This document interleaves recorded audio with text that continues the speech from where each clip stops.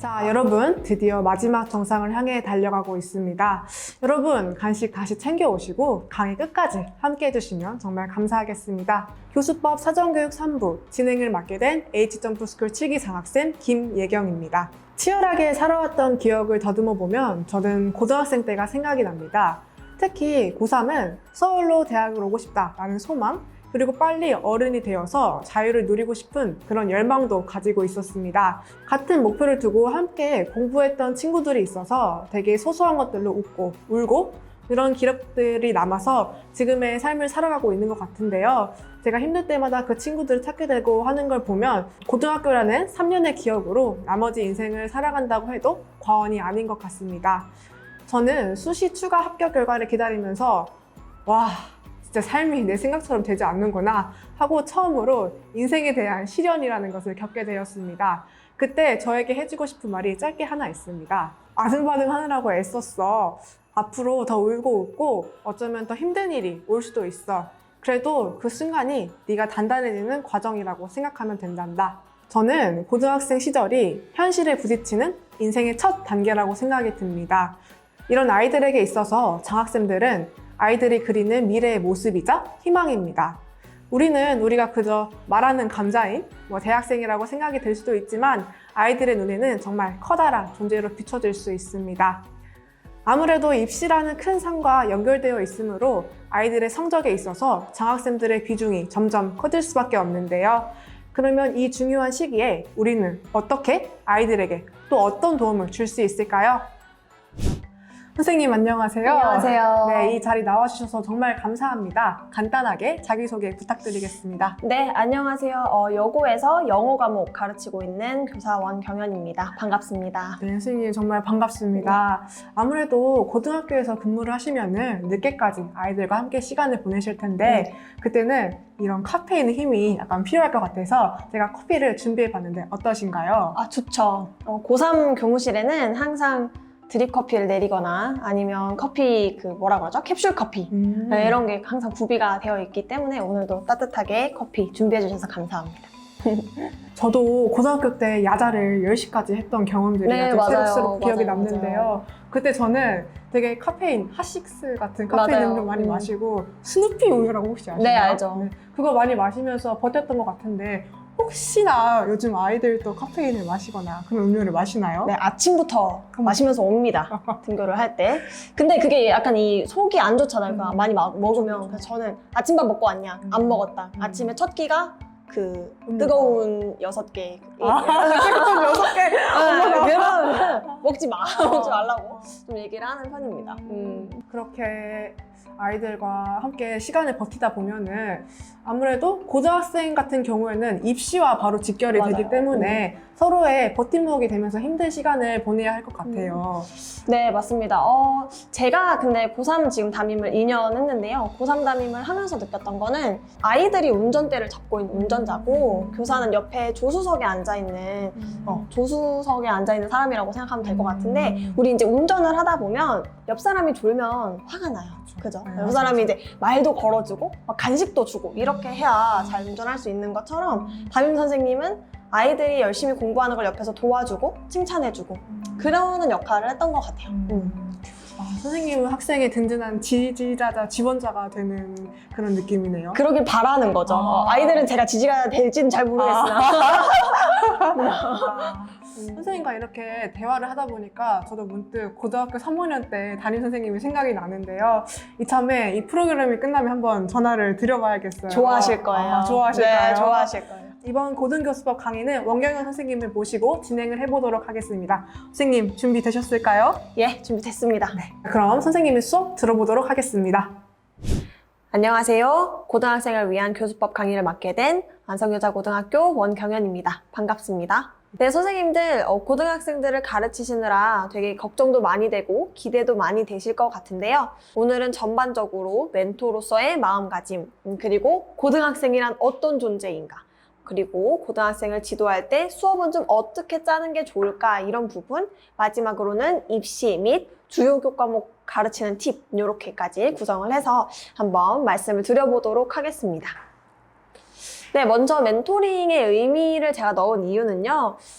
선생님들 다 약간 어느 정도의 사명감을 가지고 지금 장학생으로 신청을 하셨겠지만 그래도 가끔 이렇게 나는 아직 대학생인데 이런 마음이 들 수가 있어요. 그래서 한번 짚고 넘어가자는 취지에서 한번 가져와 봤습니다. 저는 멘토의 의미는 두 가지로 나눌 수 있다고 생각하는데요. 첫 번째는 인성적인 측면입니다. 사실 되게 좋은 말이죠. 항상 더 나은 사람이 되고자 노력한다. 뭐 학생의 입장에서 생각한다.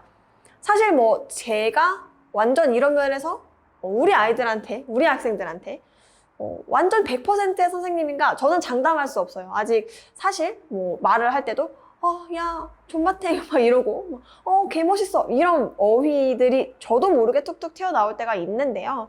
제가 이 부분을 말씀드리고 싶었던 건 딱 하나 때문인데요. 술, 담배 이야기 지양해달라는 말씀 드리고 싶어서 이 부분을 가지고 오게 되었어요. 이게 고등학생들은 보면 키도 크고 애들이 어른이에요. 여자애들은 저보다 화장을 더 잘하고 더 예쁘게 하고 그래서 저희가 가끔은 착각을 하곤 합니다. 이 녀석들이 나의 제자가 아니라 이 친구처럼 착각을 하곤 하는데요. 그런 부분들을 좀 조심해 주셨으면 하는 마음에서 말씀을 드려요. 물론 저도 고3 학생들이 너무 졸려하는 거예요, 하루. 딱 6월 모의고사가 끝나고 나면 애들이 막 정신을 놓기 시작하는데 엄청 힘들어 하길래 제가 하나 얘기를 해줬어요. 뭐였냐면 제가 이빨이 앞에가 좀 깨졌어요, 조금. 대학생 때 맥주를 정말 짠 하고 거하게 마시다가 잔에다가 탁 부딪혀서 이빨이 나간 적이 있는데 그 얘기를 애들한테 해주면 애들이 깔깔 웃어요. 네, 그렇게 얘기를 가끔 썰풀기처럼 해주기는 하지만 절대 그걸 미화하지는 않습니다. 그래서 야, 너네 조금 있으면 술도 먹고 담배도 피고 이렇게는 얘기해주지 않으셨으면 해서 그래서 인성 부분을 좀 들고 왔고요. 제가 생각했을 때 저는 선생님이 되고 나서 조금 더 덜 부끄럽게 살아간다고 생각을 해요. 무단횡단을 할 때에도, 헬법할 때에도 나는 선생님이니까 안 돼. 길거리에 쓰레기를 버리고 싶을 때도 나는 선생님이니까 안 돼. 이런 생각을 하곤 하는데 장학생 선생님들도 이제 선생님이시니까 그런 부분 조금씩 개선해 주셨으면 좋겠습니다. 저의 또 바람이죠. 그리고 직무적인 측면에서는 교과에 대한 전문성인데요. 가끔 이렇게 생각하실 수 있을 것 같아요. 이거 과외랑 비슷한 건데 오늘 그냥 가서 아무 그냥 한번 할까? 이렇게. 또는 귀찮다. 준비하기 귀찮으니까 그냥 가서 하지 뭐. 고등학생들은요, 정확히 알아요, 선생님. 선생님이 얼마나 준비가 됐는지를 정확히 알기 때문에 꼭 교과에 대한 전문성 가지고 수업에 들어가셔야 된다는 점 말씀드립니다. 자, 그러면 제가 이제 청소년 학습자, 그 중에서도 고등학생 얘기를 좀 해드리려고 하는데요. 이 고등학생 시기를 정체성과 관련해서 좀 설명을 드리려고 표를 가져왔어요. 이 표는 제가 만든 게 아니라요. 마르샤의 정체성 4유형이라고 해서 제가 교육학을 공부할 때, 그 임용고시를 공부를 할 때 이걸 보면서 그냥 외웠죠. 정체감, 성취, 유예 뭐 이렇게. 그런데 정말 아이들을 상담하다 보니까 이 표가 굉장히 많이 생각이 나더라고요. 네, 여기서 위기라는 것은 내가 누구지? 난 뭘 잘하지? 난 뭘 하고 싶지? 이런 고민을 겪었느냐, 겪지 않았느냐. 그게 위기. 겪었다 하면 위기 O. 겪지 않았다 하면 위기 X예요. 수행은 그럼 내가 원하고 잘하고 하고 싶은 거를 찾아서 하고 있느냐. 뭔가 일을 하고 있으면 수행 O, 안 하고 있으면 X인데요. 여기서 가장 베스트는 당연히 정체감 성취겠죠. 나는 고민도 해서 정체감이 뭔지를 파악했고 일도 하고 있어, 공부도. 이런 경우가 제일 베스트인데 이런 경우는요. 한 학년에 한두 명밖에 안 돼요.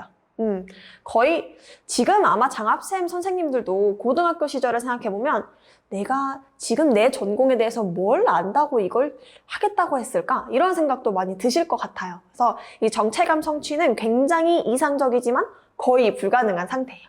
그러면 나머지 이 셋 중에서 그 다음으로 괜찮은 상태가 뭘까요? 그 다음으로 정상적이고 또는 그 다음으로 권장할 만한 상태. 저는 처음에는 수행을 하는 거, 뭔가를 그래도 하는 게 낫지 않을까? 이런 생각을 해서 정체감 유예가 낫지 않나 했는데요. 놀랍게도 위기를 겪으면서 아무것도 못하는 상태인 정체감 유실 상태가 우리 청소년 학생들에게는 조금 더 권장되는 상태라고 합니다. 왜냐하면 이 정체감 유예, 위기를 안 겪었어요. 근데 뭘 하고 있어요. 이런 애들이 이런 거죠. 너 뭐 하고 싶니? 의사 될 건데요? 왜? 그냥 엄마 아빠 의사 하래요. 이렇게 미친 듯이 공부를 해요. 이 학생 의대 가서 갑자기 회의가 나는 그림을 좋아하는데 나는 그림 그리고 싶어. 그림 그리면서 살고 싶은데. 이런 생각이 갑자기 드는 거예요. 그런데 정체감 유실 상태, 즉, 난 뭘 좋아할까? 난 뭘 하고 싶을까? 난 뭐 해먹고 살지? 를 고민하느라 지금 공부를 열심히 하지 않는 상태는 그래도 괜찮은 상태다. 이렇게 얘기를 하거든요, 학자들이. 그래서 선생님께서 유념해 주셔야 될 것은 우리가 보는 이 아이들이 뭔가 안 하는 것 같아. 뭘 안 해. 맨날 선생님 뭐 학교 갔다 왔는데 피곤해요. 뭐 하는데 싫어요. 하기 싫어. 이랬을 때 그래? 하기 싫어? 너 진짜? 뭐 이러면 안 돼. 이런 반응이 아니라 왜 하기 싫어? 어떤 면이 그렇게 마음이 좀 힘드니? 그럼 너는 너가 좋아하는 거는 알고 있니? 어떤 걸 배울 때 즐겁니? 이 부분을 한번 다뤄주시면 좋을 것 같다는 생각에서 이 표를 들고 왔어요. 저희 반에 어떤 학생이 학교에서 잠만 자요. 이 학생 어떤 학생이냐면 온라인 수업이 싫대요. 너무너무. 왜냐하면 학교는 그냥 등교해서 엎어져서 자면 7교시까지 출석이에요. 그죠? 근데 온라인 클래스는 클래스마다 클릭을 해야 되니까 귀찮아서 싫대요. 그런 학생인데 이 학생이 뭐 할 때 눈이 반짝반짝 하냐면 네일 아트를 할 때 눈이 반짝반짝해요. 그래서 그 학생이 학교에서는 아무것도 안 하고 공부 못해요. 그렇지만 저는 그 친구한테 너 이번에 자격증 어떻게 됐어? 공부하고 있어? 열심히 하고 있네? 굉장히 자랑스럽다. 이런 얘기를 하거든요. 그래서 이 친구 같은 경우에 이 4단계 중에서 오히려 위기 겪었고 수행까지 하고 있는, 자격증 준비를 하고 있는 굉장히 이제 이상적인 상태라는 거죠. 그래서 선생님께서 보시는 학생의 모습만으로 아이들을 판단하기보다는 이 학생들이 정체감에 대한 고민을 했는지 이런 여부들을 좀 함께 봐주셨으면 하는 부분, 그리고 우리 아이들 중에 대부분은 무기력증이 좀 많다 또는 하기 싫어한다, 이렇게 일단 디폴트를 가지고 가셔야 선생님께서 마음이 좀 편하실 것 같아요. 그럼 왜 우리 애들은 공부하기 싫어할까요? 지금 멘토링을 하시는 선생님들은 대부분 공부를 좀 좋아하실 것 같아요. 솔직히 저는 영어과니까 영어 공부는 좋거든요. 영어는 좋아요. 수학을 싫어했을 뿐이지 영어는 좋습니다. 그런데 우리 아이들은 영어를 좋아할까요? 제가 영어 선생님을 하면서 느끼는 건 영어 좋아하는 애들은 한 반에 5도 안 돼요. 그럼 왜 공부를 싫어할까를 좀 생각을 해봤더니 이 학습된 무력감, 학습된 무기력감이라는 게 있는데요. 학습된 무기력감은 쉽게 설명드려서 이런 거예요. 중학교에서는 영어 지문 하나를 5차시에 나눠서 배워요. 그럼 이 학생이 너무 재밌는 거야. 중학교의 어떤 어드벤처 이야기가 너무 즐거워. 영어를 배우는 게 너무 좋았어요. 5시간 동안 열심히 공부해서 100점을 받았어요. 고등학교 1학년에 갔더니 이 학생이 하나의 질문을 이제 3시간에 나눠서 배운대요. 좀 빡센 것 같은데? 그래도 했어. 100점에서 90점으로 떨어지긴 했지만 그래도 아직 잘하는 것 같아요. 고등학교 2학년이 됐어요. 근데 갑자기 한 지문을 이제는 1시간에 하겠다는 거죠. 노력했는데 성적이 조금씩 떨어져요. 그러면 좋아했던 과목이지만 내가 노력했는데 안 나와. 반복돼요, 이게. 그러면 점점 싫어지겠죠. 고등학교 3학년이 됐어요. 이제는 1시간의 지문을 5개를 나가요. 그럼 이 학생은 어떻게 할까요? 열심히. 이럴 리는 거의 없죠. 그냥 얘다 모르겠다. 그냥 때려치자. 이래서 무기력한 상태가 되는 거예요. 그렇다면 이런 학생들을 데리고는 어떻게 해야 될까 생각을 해봤을 때 너무 기준을 높게 잡지 마시고 기준을 낮게 잡으셔야 돼요. 영어 단어 하루에 한 50개는 외워야지. 그럼 애들이 안 해요. 왜냐하면 50개 못 외울 거 이미 알거든요. 그럼 안 하는 거죠. 그래서 5개만 외워봐, 그럼. 여기서부터 시작하는 거예요. 5개, 7개, 10개, 어느 날은 또 5개. 좀 상을 주고 이렇게 좀 달래가면서 성취감을 느끼게 해주셨을 때 아이들이 학습된 무기력감에서 조금 벗어날 수 있습니다. 그리고 두 번째로 공부 안 하는 이유 중에 하나는 그냥 습관이죠, 습관. 그냥 습관, 공부 안 하는 게 습관이에요. 그래서 인간이 관성의 법칙처럼 그냥 매일 하던 일을 하는 거죠. 그랬을 때는 습관을 정할 때도 선생님 한번 생각해 보시면 제가 좀 늦게 일어나는 편이에요, 아침에. 근데 맨날 12시에 일어나다가 갑자기 미라클 모닝. 이제부터 시작이야. 이러면 될까요, 미라클 모닝이? 절대 안 돼요. 3일까지 될 수도 있죠. 근데 4일에는 다시 12시로 돌아오게 될 거예요. 근데 내가 이걸 고쳐야겠다고 마음을 먹었으면 내일은 11시 반에 일어나야지. 11시에 일어나야지. 10시 반에 일어나야지. 이렇게 조금씩 습관을 바꿔나가는 거기 때문에 학생이 뭔가 반복되는 패턴에 의해서 공부를 안 하는 게 보인다 하면 그 학생과 같이 얘기를 나눠보세요. 왜 이러는지, 어떤 것을 목표로 할 것인지. 목표를 정하고 나서는 굉장히 목표를 세분화시켜서 한 단계 한 단계씩 이뤄나가면서 습관을 바꿔나갈 수 있도록 지도를 해주시면 그게 제일 베스트가 되겠죠. 잘 안 따라와요, 선생님. 너무 조급해하지 마시고 12시에 일어나던 아이가 11시 반에 일어나는 거 30분밖에 차이 안 난다고 생각하실 수 있지만 일주일이면 굉장히 시간이 커지죠. 한 달이 되면 더 커지는 거예요. 그래서 너무 내가 이 아이의 인생을 갱생시키겠다 이런 생각은 버리시고 조금이라도 개선된 습관 하나라도 형성하자. 이렇게 좀 생각을 하시면 마음이 편할 것 같아요. 그래서 우리 청소년 학습자는 하기 싫어하고 하기 싫은 게 습관이 돼 있고 그러면 우리들은 그걸 조금씩 바꾼다. 하나라도 바꾼다. 이런 마음으로 멘토링에 임하시면 조금 도움이 될 것 같습니다. 자, 학습자들은 이런데요. 그럼 멘토로서 우리는 어떻게 해야 될까? 저 이거 숙제예요. 숙제. 제가 숙제 별로 안 내주는데 이거는 선생님들이 꼭 한번 생각해 보셨으면 하는 건데요. 내가 멘토링을 할 때 아이들한테 어떤 일관된 모습을 보여줄 것인가? 여기 지금 예시로 제가 다정스럽고 사랑스러운 멘토도 있고 공감하면서 훈육, 이제 다 울었니? 할 일을 하자꾸나 이런 스타일도 있을 수 있고 유머러스하면서 친구같이 형처럼 대하는 멘토가 있을 수도 있고 아주 끈기와 인내로 잔잔하게 끌까지 끌고 가는 멘토가 있을 수도 있겠죠. 선생님의 스타일을 잘 반영하는 형용사 2개 정도를 꼭 생각을 하셔서 이 모습은 멘토링 처음부터 끝까지 일관되게 유지해 주셔야 돼요. 어떤 날에는 선생님이 다정하고 사랑스러웠다가 어떤 날에는 호랑이처럼 엄격했다가 이러면 애들이 안 믿어요. 그래서 이 신뢰관계를 형성하기 위해서 라포가 굉장히 중요하고 특히 고등학생은 잘 간파합니다. 이 사람이 어떤 사람인지. 왜냐면 얘네들이 이제 어른이에요. 그래서 선생님께서 처음부터 어떤 모습으로 다가갈 수 있을지를 정하시고 그걸 공유하는 시간을 가져주세요. 저는 warm and firm 이렇게 해서 단호하면서 따뜻한 걸 목표로 해요. 그런데 제가 못하는 거 이제 사랑이 너가 너무 막 사랑스러워 이런 거 잘 못해요. 그래서 전 처음부터 딱 얘기를 합니다. 이거 고등학생이라서 가능한 거예요. 뭐냐면 얘들아 선생님이 장담하는 건 선생님 너네의 미래를 정말 열심히 신경 쓰고 너네의 미래를 위해서 최선을 다할 건데 내가 애교 섞인 말 잘 못한다. 그래서 내가 퉁명스러워도 너희가 미워서가 아니라는 거 잘 알고 있어라. 이렇게 얘기를 했어요. 진짜 웃긴 일례가 4번 학생이 저랑 상담을 하다가 울기 시작했어요. 막 선생님 대학을 하면서. 근데 제가 공감을 잘 못해주니까 못 달래준 거예요. 그래서 휴지를 주고 닦어. 별래 아니야. 울 일도 많다 짜샤 이랬어요. 그게 여고거든요. 그러니까 애들이 막 상처를 좀 받았겠죠.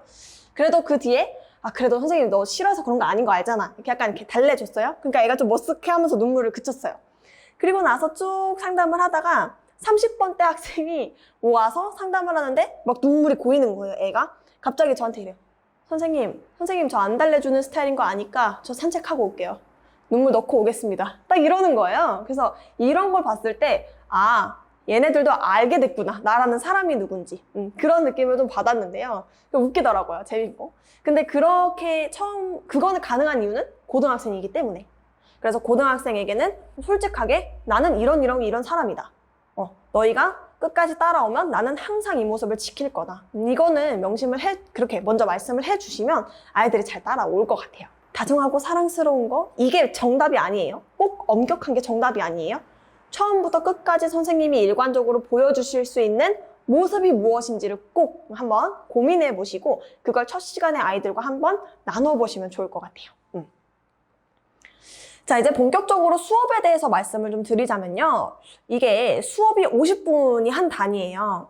고등학교 수업이 50분이기 때문에 선생님 항상 몇 시간 수업이든 몇 번 하는 수업이든 50분 단위 또는 50분보다 미만 단위로 읽어주시는 게 도움이 됩니다. 아이들이 50분 넘어서까지 집중을 할 훈련이 안 돼 있어요.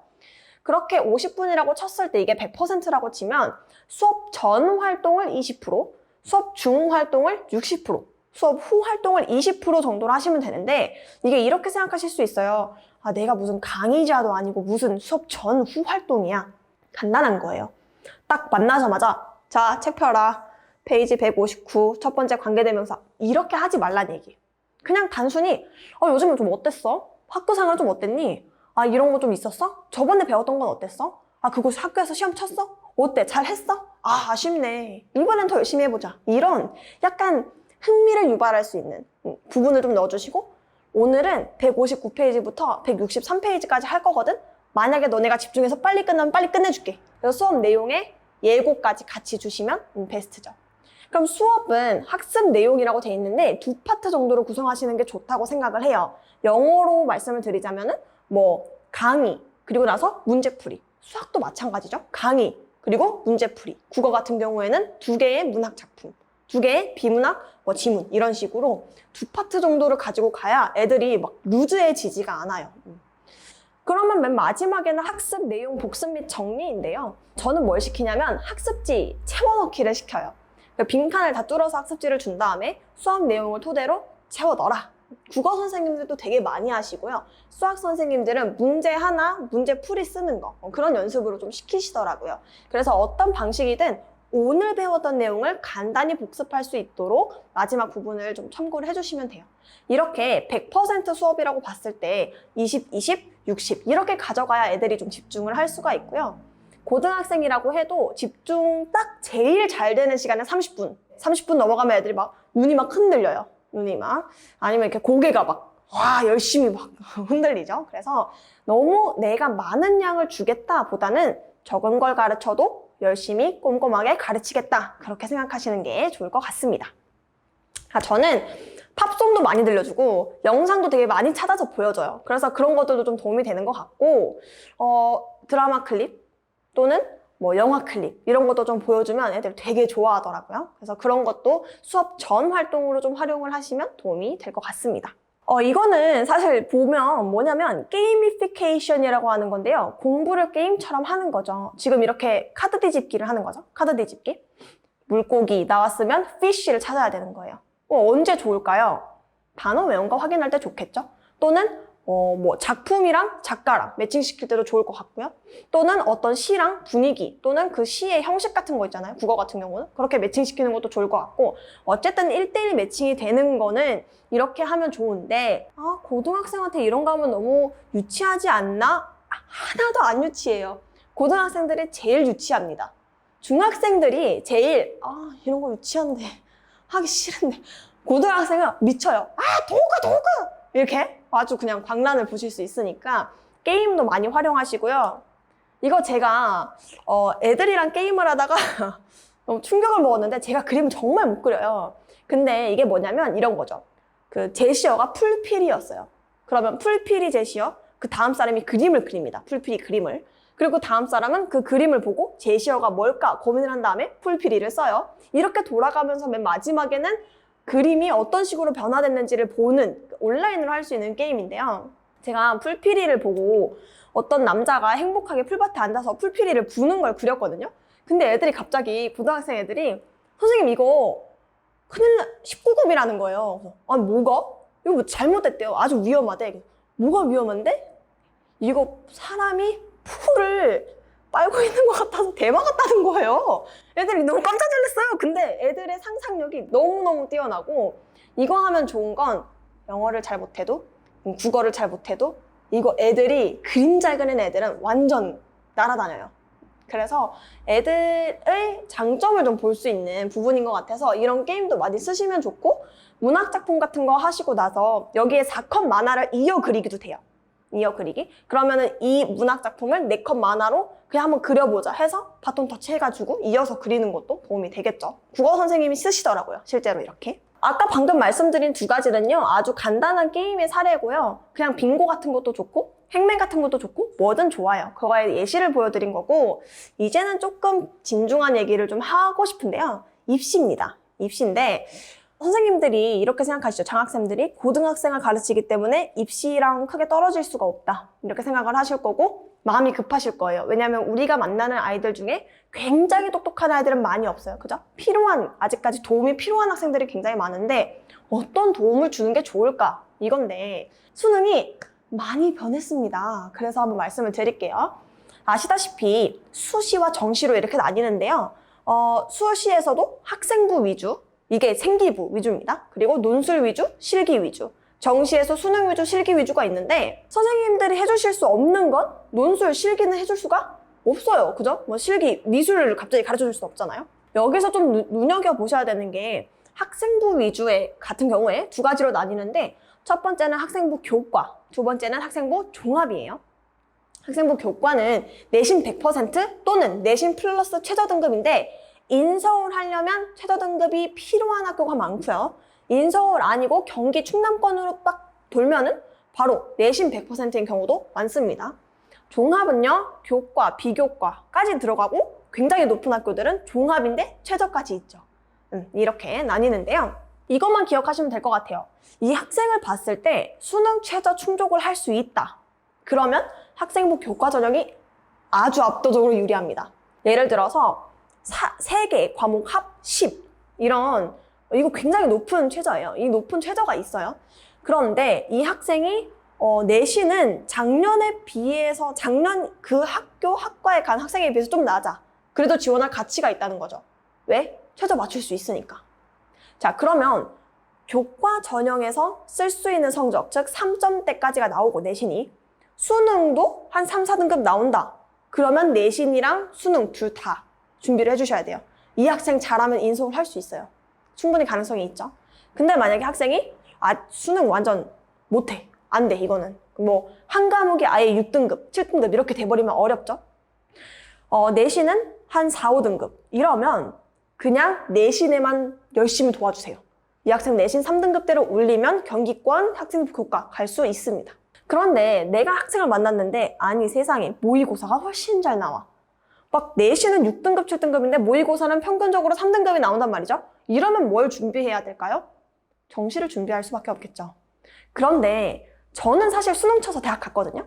그런데 수능을 잘 칠 수 있는 학생이 많이 없어요, 현실적으로. 뭐 예를 들어 국어 같은 경우에 국어라는 과목으로서의 의의도 있지만 뭐도 있죠? 수능 첫 과목이라는 것도 있죠. 이런 것처럼 변수가 굉장히 많기 때문에 정시를 지원하겠다라고 하는 학생들은 저는 어떻게 얘기를 하냐면 내신 등급보다 평균 2점 정도, 2등급 정도 높을 때 정시를 준비를 해라. 이렇게 얘기를 합니다. 그래서 선생님들께서 아마 만나게 될 학생들에게 가장 큰 도움이 되는 것은 내신 공부일 거예요. 내신 시험을 잘 준비시켜서 내신 시험에서 1등급이라도 더 높은 점수를 받는 거. 그것이 입시랑 직결되는 그런 요소인 거죠. 자, 수능이요. 또 많이 바뀌었어요. 수능에 선택 과목이 들어왔습니다. 그 언수회 탐하면 애들이 막 아니야, 자, 언수회 이렇게 얘기하면 선생님 너무 올드해요. 언수회 아니에요. 이렇게 하거든요. 그럼 국영수. 선생님 국영수 아니에요. 화작 엄매, 확통 미적 기하 이렇게 보셔야죠. 이렇게 얘기를 해요. 점점 열받죠, 애들이. 근데 장난이고 뭐냐면 국어가 독서랑 문학, 독서가 비문학이에요. 이 독서랑 문학이 기본으로 들어가고 애들이 골라요. 화법과 작문 또는 언어와 매체. 말이 어려운데요. 화법과 작문은 우리가 원래 했던 그 화법 부분 있죠. 그런 거고 모의고사에서. 언어와 매체가 문법입니다. 문법이 좀 들어가 있어요. 이것 둘 중에서 무엇을 선택하는지에 따라서 이제 궁극적으로 등급과 표점이 나오는 거고요. 수학이 조금 되게 당혹스러운데 뭐냐면 수원, 수투가 공통 과목이고 확통, 미적, 기하가 선택 과목이에요. 수학 과목을 조금이라도 아시는 선생님은 여기 딱 보시면 이런 생각하게 되죠. 이과 지원할 거면 미적 무조건 봐야 되는 거 아니야? 이런 생각 하시는데 확통을 쳐도 이과 갈 수 있어요.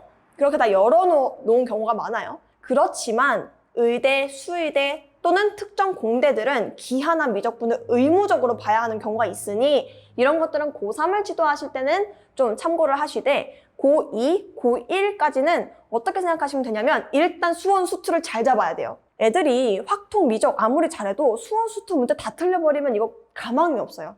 그래서 수원, 수투, 고2까지 꼭 잘 끝내주시는 것이 아이들한테 도움이 많이 됩니다. 영어는요 똑같아요. 절평이고요. 너무 편합니다. 저는 그래서 애들한테 맨날 이렇게 얘기해요. 얘들아, 영어만큼 최저 맞추기 쉬운 과목 없다. 왜냐하면 영어는 전년도 난이도랑 다를 수가 없다. 비슷한 인원의 수가 1등급을 맞아야 되기 때문에 다른 교과는 어렵게 내든 쉽게 내든 4%가 1등급이지만 영어는 너무 쉽게 내면 10%, 너무 어렵게 내면 막 3% 이렇게 나오면 낭패가 되니까 그러니까 좀 난이도가 평이하다. 좀 이렇게 얘기를 하는 편이고요. 탐구가 놀랍게도 사탐하나 과탐하나 이렇게 선택을 할 수가 있죠. 그래서 작년부터 가능해졌는데요. 사회문화치고 생물 칠 수 있습니다. 물론 고3 같은 경우에 특정 대학은 과탐 2개 이렇게 명시를 해놓는 대학도 있어요. 하지만 많은 경우에 그 탐구, 사탐 하나, 과탐 하나 이렇게 칠 수 있으니까 애들이 너 탐구 뭐 칠 거야? 저 사문이랑 뭐 생물이요. 야 그렇게 안 돼. 이렇게 하시면 안 돼요. 알겠죠? 이게 2개 마음대로 선택할 수가 있다는 거죠. 자, 아까 앞에서 그런 말씀을 드렸어요. 학생부 교과로 아이들 대학 보내는 것이 좀 좋다, 편하다, 어떻게 보면. 그리고 가능성이 가장 크다.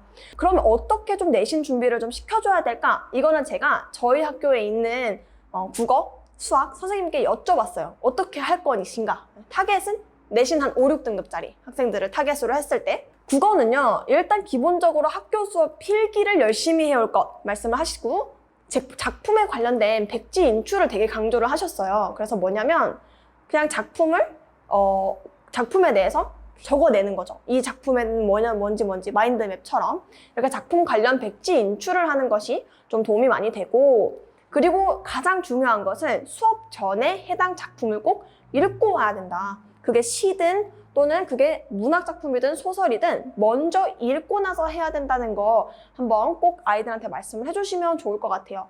그래서 아이들이 하려는 수업보다 좀 더 빨리, 학교에서 하는 수업보다 좀 더 빨리 우리 장학생 선생님들께서 그 작품을 한번 훑어주시면 아이들이 수업에서 좀 더 이해하기가 쉽고 더 오래 기억에 남겠죠. 수학은요, 그런 얘기 되게 많이 하셨어요. 애들이 어려운 문제만 풀려고 해요. 이런 얘기. 근데 수학은 그 내신 시험에서 어렵게 낼 수가 없어요. 엄청나게 어렵게 내면 애들이 막 평균이 막 20점 이렇게 나와버리니까 큰일 나요. 그래서 교과서에 있는 기본 문제를 풀 수 있도록 그거를 계속해서 트레이닝하는 것이 굉장히 중요하다. 그 얘기를 하셨어요. 항상 제 옆자리 선생님이 지금 2년제 수학 선생님이신데 맨날 속상해하는 게, 아니 선생님 애들이 교과서는 안 풀고 센을 풀어요. 이 문제집을 풀어요. 이 얘기를 계속 하시거든요. 어느 학원에서 쓰는지 모르겠지만 이것만 계속 풀어요. 이 얘기를 되게 많이 하세요. 그래서 이 수학 같은 경우에 기본 문제에 충실할 수 있는 거 굉장히 중요한 것 같고요. 답보다 풀이 과정. 요즘에는 선온수형의 비율이 압도적으로 많습니다. 그렇기 때문에 이 문제 풀이 과정에 초점을 둬야지 점수를 조금이라도 더 받을 수가 있어요. 6점짜리 선온수령 딱 이렇게 나온단 말이죠. 그러면 답이 틀려도 풀이가 얼추 맞으면 부분 점수가 들어가요. 그런데 답은 맞았는데 풀이 과정 엉망진창이야. 그러면 오히려 점수를 적게 받기 때문에 풀이 과정 꼼꼼히 봐주시는 거, 선운수령 준비한다고 생각하고 쉬운 문제를 어떻게 풀어나가는지 그 과정을 봐주시는 걸 굉장히 많이 해주시면 큰 도움이 될 것 같아요. 그래서 수학은 많이 푸는 것보다 적은 문제를 깊게 푸는 게 옳다. 이렇게 선생님들 말씀을 하셨고요. 이건 접니다. 영어인데요. 영어는 제가 애들한테 하는 말이, 얘들아 단어 다 외우면, 지문에 나오는 단어 다 외우면 일단 5등급 먹고 간다. 그 다음에 해설지랑 비교하면서 한 문장 한 문장 해석할 수 있으면 3등급 먹고 간다. 그리고 나서 어려운 문법 또는 선생님이 얘기해주는 구문 독해까지 보면 그러면 1등급 나온다. 내신에서. 이렇게 항상 얘기를 하는데 애들이 꼭 제 말 다 안 듣고 졸업할 때쯤 돼서 얘기를 해요. 선생님 말이 맞았던 것 같다고. 근데 저는 항상 이렇게 생각해요. 단어가 먼저, 그 다음은 해석, 그 다음에 문법이에요. 애들이 문법을 진짜 못해요. 그래서 맨날 문법 때문에 고민하거든요. 그래서 저는 이렇게 당당하게 얘기합니다. 얘들아, 문법 모르면 버려. 왜냐하면 문법은 수능에서 몇 문제? 한 문제 나와요. 그럼 문법이 그렇게 중요한가요? 저는 그러지 않고 독해를 해나가는 연습, 내 힘으로 이 문장을 읽고 이해하는 연습, 그게 뒤죽박죽이라도 상관없는데 어쨌든 읽고 해석하는 연습이 중요하다고 생각을 해서 독해 그리고 단어 이거 2개만 잡고 가면 영어는 큰 문제 없다고 생각을 합니다. 그래서 영어는 약간 한 지문을 굉장히 깊게 파기보다는 다양한 지문을 많이 읽고 많이 풀어나가면서 독해하는 습관을 기르는 거, 그게 좀 많이 도움이 될 것 같아요. 네, 이렇게 각 과목별로 팁도 한번 준비를 해봤었는데요. 제가 좀 숨가쁘게 진행을 해서 좀 당황스러우실 것 같기도 해요. 내가 해야 될 게 이렇게 많나? 애들 입시까지 신경 써야 되나? 이런 생각을 하실 수도 있을 것 같은데, 제가 말씀드리고 싶은 거 첫 번째는요. 아이들한테 모범적인 선생님이 되어 달라는 거예요. 아이들은 내가 따라서 할 수 있는 멘토를 원해요. 그렇기 때문에 인성적인 측면에서 내가 멋진 형, 멋진 누나가 아니라 정말 따라가고 싶은 사람, 내가 저 사람처럼 어른이 되고 싶다. 이런 생각을 좀 할 수 있게끔 그렇게 선생님께서 단정하고 바른 모습을 보여주시고, 두 번째는 우리 아이들이 아무것도 안 하고 엎드려져 있거나 무기력한 모습을 보일 때 얘는 왜 이렇게 아무것도 안 해? 이렇게 생각하지 마시고, 또는 얘는 아무것도 안 하니까 글렀어. 이렇게 생각하지 마시고, 왜 아무것도 안 할까? 그래, 아무것도 안 하는 애들이 디폴트라고 했었지. 그러면 어떻게 조금이라도 시킬 수 있을까? 어떻게 조금이라도 할 수 있도록 할 수 있을까? 어떤 애가 단어를 너무 안 외워요? 선생님이 10개만 외워와. 10개 안 외웠어. 그러면 이제 다음번에 뭐라고 해야 되죠? 1개만 외워와. 1개 외워오면 초코파이 하나 줄게. 이렇게 시작하는 거예요. 움직임을. 그래서 목표를 높게보단 낮게. 그리고 마지막으로는 아이들의 상황에 따라서, 예를 들어서 이 학생이 교과 성적보다 수능이 압도적으로 잘 나온다 하면 수능 공부를 시켜주셔야 되고, 그런 경우 많이 없어요. 많은 경우에 비슷하게 나오거나 아니면 내신이 좀 더 높은데, 내신이 좀 더 높게 나올 때는 장학생 선생님들이 생각하셨을 때 그래도 고3이니까 수능 공부를 해야 하지 않을까, 이렇게 생각하실 수 있지만, 이 학생의 미래를 위해서 내신에 집중해주는 것이 학생부 교과 전형으로 대학 가기가 좀 편하더라. 이렇게 생각을 해주셔서 내신에 조금 더 집중해 주시고, 내신에 집중해 주실 때는 당연히 아시는 것처럼 학교 수업에 집중할 것, 그리고 학교 수업 이전에 한번 영어 같으면 문제를 풀어보고 가고, 문학 같으면 작품을 읽어보고 가고, 그럴 수 있도록 좀 지도해 주시고 챙겨 주실 것, 이렇게 하신다면은 정말 좋은 멘토가 될 수 있을 거라고 생각을 합니다. 제가 첫 해에 저희 교장 선생님께서 해주셨던 말이 있는데요. 교사는 51%만 하면 된대요. 내가 가진 에너지가 100이라고 생각하면 장학생 선생님들도 우리 아이들한테는 51%만 해주세요. 왜 그럴까 생각하면요, 선생님이 오래 지치지 않고 가야 되거든요. 이제 1년 동안 아이들과 함께 엄청 오랜 기간 동안 아이들을 굉장히 자주 보게 되실 텐데, 그죠? 이 자주 보는 와중에 내가 먼저 지쳐서 나가 떨어지면 안 돼요. 그래서 매 시간마다 내가 PPT를 준비하고 아이들 열과성으로 좋은데요, 끝까지 하실 수 있는 자신이 있으시면 하시고, 저는 없어서 51%만 합니다. 내가 감당할 수 있는 범위 내에서 우리 아이들이 운전자다, 나는 조수석에 있는 사람이다, 이렇게 생각을 하고, 너희들이 가고 싶은 미래 내가 도와줄게, 항상 이런 마음가짐. 내가 너희를 끌고 간다, 이게 아니라 그래, 네가 원하는 목적지가 어디니, 선생님이 거기 가도록 도와줄게, 이런 마음가짐으로 아이들을 서포트해 주실 때 장학생도 행복하고 수업을 듣는 학생들도 행복한 그런 멘토링이 될 수 있을 거라고 생각합니다. 실시간으로 진행이 됐으면 또 바로바로 질문도 받고 할 수 있었을 것 같은데, 또 영상으로 뵙게 돼서 아쉽지만 영상으로라도 인사를 드리게 돼서 정말 다행이라는 생각이 들고요. 장학생으로서 멘토링을 하는 그 기간이 선생님에게도 아이들에게도 오랫동안 좋은 기억으로 남을 수 있기를 바라고 또 응원하도록 하겠습니다. 긴 시간 영상에 집중해 주셔서 감사합니다. 이상입니다. 네, 그럼 원경연 선생님과 2부 Q&A 시간을 가져보도록 하겠습니다. 네. 선생님, 제가 보기에는 이 학생이 진짜 잠재력이 있어요. 그래서 야, 땡땡아, 너 하면 될 거야, 너 하면 될 거야 하면서 이렇게 동기부여를 해주려고 하는데 땡땡이는 선생님 이 정도 된 것 같아요. 이런 식으로 자꾸 무기력한 모습을 보이면은 이 학생에게 어떻게 대처를 하면 좋을까요? 사실 무기력한 학생이 되게 많아요. 한 반에 한 5, 6명쯤 되는데, 그 중에서 매일매일 할 일은 하면서 무기력한 3, 4명? 아무것도 안 하는 무기력한 학생, 이렇게 있는데, 지금 질문 주신 건 보니까 잠재력이 좀 있는, 뭔가 이렇게 좀 돌아가긴 하는데 뭔가 파이어가 안 붙는 이런 학생인 것 같아요. 원동력을 딱 주고 싶은. 맞아요. 이런 학생들 같은 경우에 제가 아까 강의에서도 조금 언급을 했다시피 학습된 무기력감이 존재하는 경우들이 있어요. 뭐냐면 이 아이가 어렸을 때 좀 공부를 잘했던 거죠, 예를 들어. 그런데 점점 학년이 올라가면서 어려워지잖아요, 공부가. 그쵸. 그러면 내가 노력한 만큼 안 나와. 이게 반복이 됐을 때 조금씩 스스로를 놓게 되는, 그래서 이제 이런 무기력감이 학습되는 그런 경우들이 좀 많이 있는데, 이럴 때는 제가 권하는 방법은 첫 번째는 목표를 되게 낮추는 거예요. 이 학생의 잠재력이 100가지 있으나 이 학생이 30가지밖에 안 해요. 그러면 선생님은 100가지 하자고 얘기하지 않고 50까지만 해보자. 네, 또는 40까지만 해보자. 더 적게는 35까지만 해보자. 이렇게 목표를 낮췄을 때 아이가 성취해 가면서 성취감을 느끼고 성취감을 통해서 무기력감을 좀 벗어날 수 있는 네, 그렇게 단계를 밟아가는 것이 굉장히 좋다고 생각이 들고 그리고 약간 뻔하게 느껴질 수 있으나 칭찬은 고래도 춤추게 합니다. 네, 그래서 사실 제가 그걸 되게 못해요. 저는 본가가 경상도거든요. 우리 경상도는 가다 쭈었다, 오다 쭈었다 이런 스타일. 친데레 네, 스타일. 그런 스타일이에요. 이렇게 이런 스타일인데 제가 그래서 아이들한테 어머 누구누구 너무나 잘한다 이게 정말 힘들어요. 그렇지만 그래도 정말 솔직하게 아 땡땡이가 이렇게 노력하는 걸 보니까 진짜 선생님 기분 좋다. 아 좀 자랑스러운 것 같다. 이렇게 솔직하게 칭찬을 좀 해주다 보면 아이들이 좀 더 동기부여가 많이 되는 그런 상황이 보이더라고요.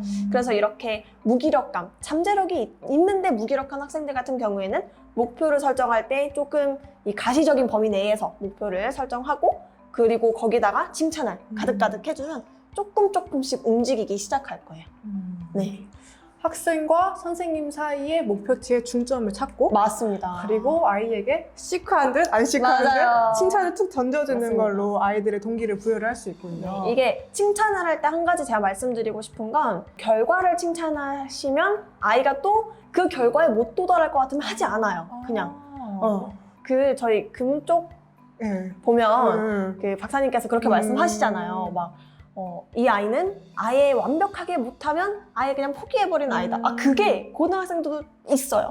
그래서 아이들한테 칭찬해 주실 때는 아 너가 단어 열심히 외우는 모습을 보니까 선생님이 뿌듯하다. 과정을 네, 무조건 그 과정과 노력을 좀 인정을 해주시는 게 네, 도움이 많이 됩니다.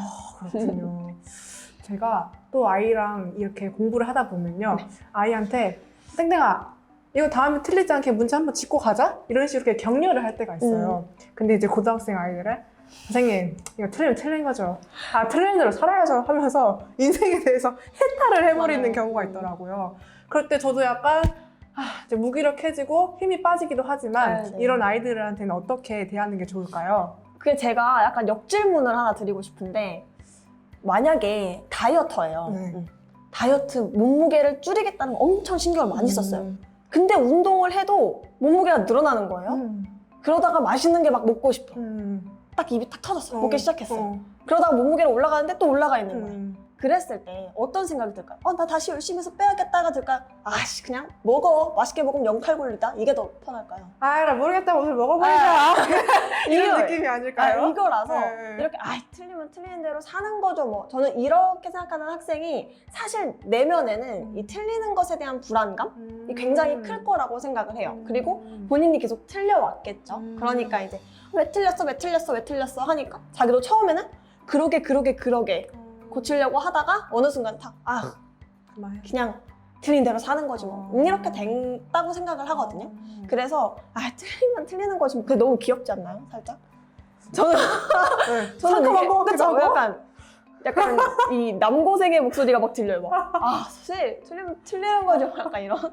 근데 여기서는 선생님이 그래 틀린 거로 살 수도 있는데 시간 안 아깝니? 공부하는 시간 안 아깝냐? 하면 또 아깝죠. 이렇게 나올 경우가 굉장히 높죠. 이 학생의 말투를 따라서. 그래 아까우면 조금이라도 맞춰봐라. 이러면 이렇게 넘어가는. 그래서 막 틀리면 틀린 대로 사는 거죠 했을 때 땡땡아 틀리면 틀린 대로 사는 거라니 그건 세상에 대한 너무 이렇게 가시면 바로 너무 진지해져서 애들은 그냥 대화 끝. 그래서 안 아깝냐 시간? 약간 이렇게 꽃 뭐다?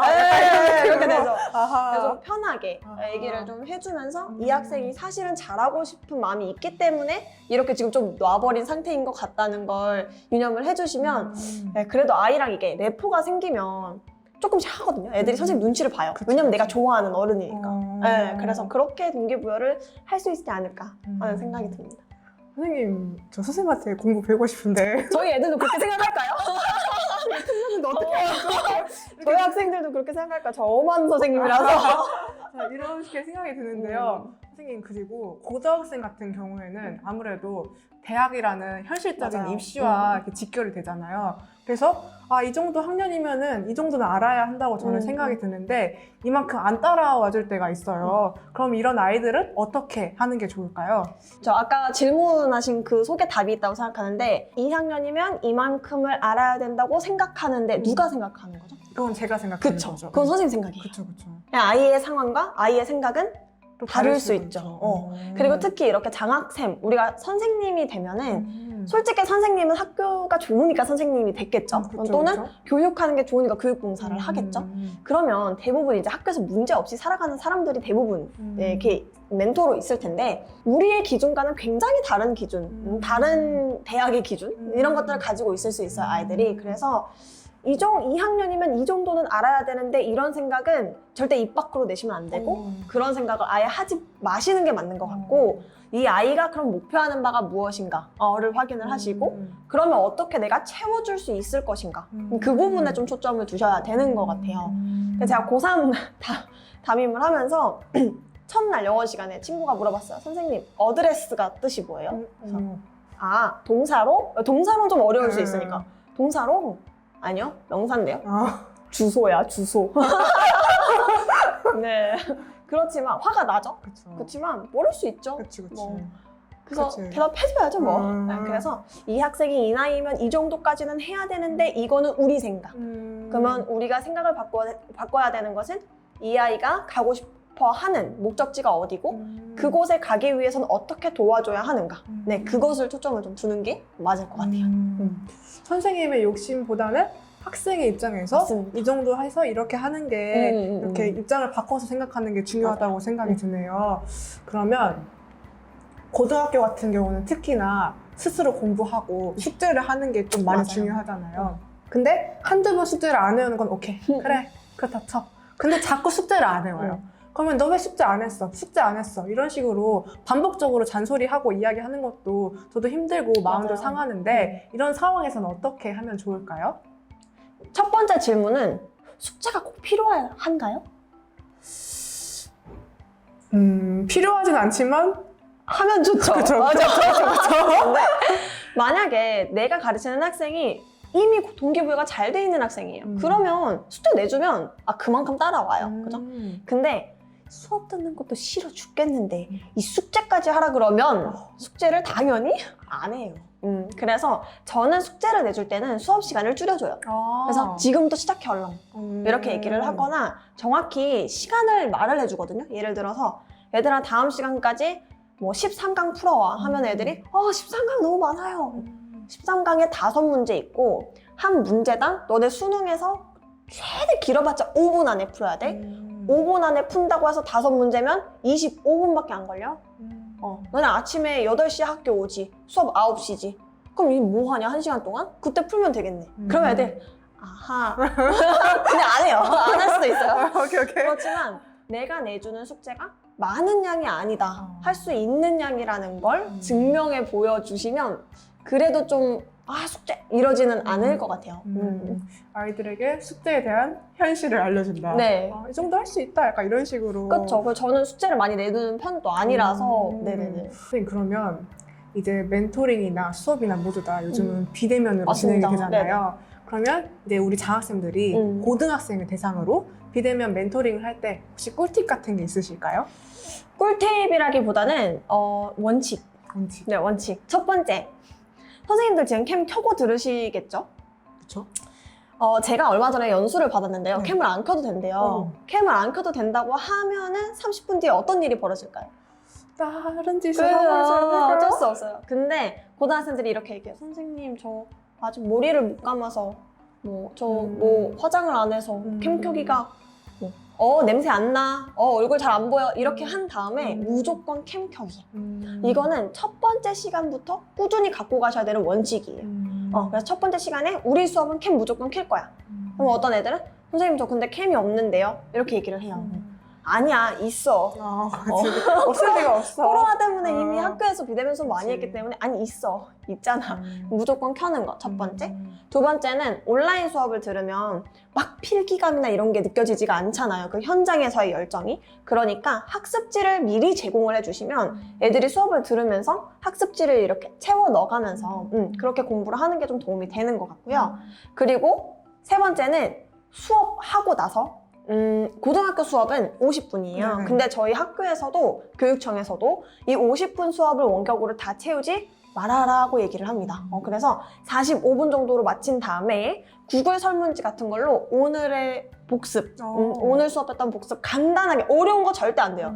어려운 거 안 되고 간단하게 3문제 정도 넣어서 이름, 그다음에 뭐 오늘 선생님이 했던 농담 중에 웃긴 거. 네. 그런 것도? 네네네. 그래서 이런 것들도 이렇게 해서 조금 수업을 들었다는 걸 증명할 수 있는 문제 3가지 정도만 해서 복습까지 받으시는 걸 추천합니다.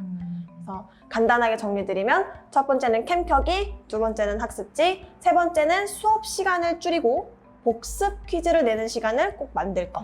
이렇게 하면 비대면 수업이 좀 더 알차게 진행될 수 있을 것 같아요. 선생님 강의를 계속 듣다 보니까 특히나 우리 고등학생 같은 경우는 저희가 좀 더 무게감을 가지고 체계적으로 공부를 진행해야 할 것 같은데요. 아마도 아이들이 끈을 놓지 않고 끝까지 달려갈 수 있도록 페이스메이커의 역할을 하는 게 장학생의 몫이자 교사의 몫이라는 생각이 듭니다. 자, 다시 한번 명강의와 또 현실적인 조언들을 나눠주신 원경현 선생님 정말 감사드립니다. 자, 여러분 이렇게 초등, 중등, 고등, 학년별로 교수법 강의를 들으셨는데 어떠셨나요? 특히 현직에서 근무하고 계시는 열정 있는 선생님들과 함께해서 그런지 전문적인 지식과 팁들을 얻어갈 수 있는 아주 귀중한 기회였다고 생각이 듭니다. 자, 장학생분들도 꼭 이 팁들을 현장에서 잘 녹여내시길 바랍니다. 여러분, 오랜 시간 동안 함께 해주셔서 정말 감사합니다. 저 아무래도 H점프스쿨 장학생 10기로 다시 도전하고 싶은 마음이 뿜뿜 하는데요. 아이들과 함께 따뜻한 시간을 보내고 싶어지네요. 이제 여러분들은 H점프스쿨 장학생이라는 하나의 정체성을 가지게 되셨습니다. 활동 기간 동안 점프스쿨에서 제공하는 혜택들도 많이 누리시면서 사명감과 함께 알찬 구기 활동 되셨으면 좋겠습니다. 저는 항상 뒤에서 여러분들을 응원하고 있겠습니다. 지금까지 교수법 사전교육 진행을 맡은 H점프스쿨 7기 장학생 김예경이었습니다. 감사합니다.